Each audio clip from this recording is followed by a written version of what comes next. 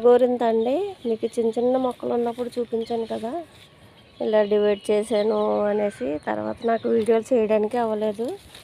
ఈ మధ్యకాలంలో దసరా ఏంటి, వరలక్ష్మి వ్రతం ఏంటి, వినాయక చవితి ఏంటి, ఏదైనా కానీ ఇవే కాసినాయండి మాకు. చూసారా, నేను చాలా మట్టుకి పూలే కొనలేదు. ఈసారి బాగా కాసినాయి. వీడియో చేయడానికి నాకు ఫోను పాడైపోయి చేయలేకపోయానండి.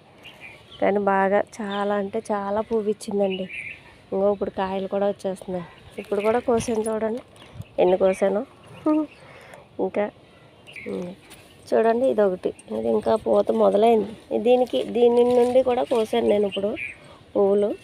ఇవి కూడా బాగా బాగా కాసినాయండి ఈసారి అయితే.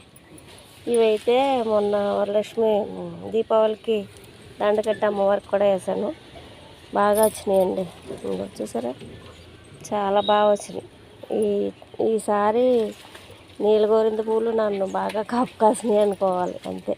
ఎందుకంటే నేను ఎక్కువ కొనుక్కుంటాను పువ్వులు, కానీ ఈసారి బాగా వచ్చినాయి. వేసిందల్లా బతికినాయండి. చాలా బాగానే వచ్చినాయి. 4 చోట్ల 5 చోట్ల వేసాను. ఒక చోట అలా ఉంది, పోయినాయి. కథమయన్నీ బాగానే బతికినాయండి.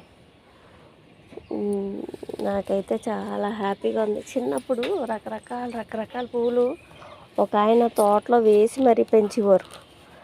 అప్పటి నుంచి చిన్న ఆశ అనమాట, మనం ఇలా పెంచుకుంటే అందంగా ఉంటుంది అనేసి. మొన్న ఈ పువ్వుల ఈ అబ్బాయి దగ్గరికి వెళ్తే వైట్ ఉంది, అబ్బాయి దగ్గర తీసుకొచ్చాను. కానీ బతకలేదు. కానీ దాని నుంచి విత్తనం కలెక్ట్ చేసి వేరే చోట వేసాను. చూపిస్తాను చూడండి. ఇవన్నీ వైట్ నీలగోరింత. ఇవి కూడా ఎదగాలని ఆశిస్తున్నాను. మరి ఏమవుతుందో చూడాలి. ఇవి ఎదిగితే దీని నుండి విత్తనం, వైట్ విత్తనాలు ఇవి కలెక్ట్ చేసి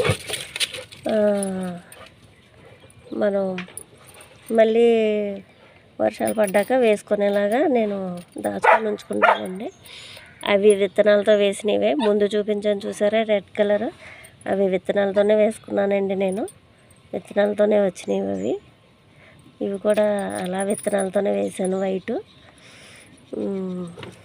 ఇవి కూడా మంచిగా వస్తే హ్యాపీ.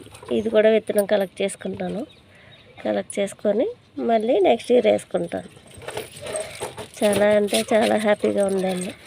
ఇవి 2 వేసి కలిపి వేస్తే డబుల్ షీట్ కూడా వస్తాయి. అలా కూడా కొన్ని వేస్తాను. ఆ విత్తనాలు కలిపి వేస్తాను. ఈ 2 గొడవ చూసారా. ఓకే అండి, బాయ్.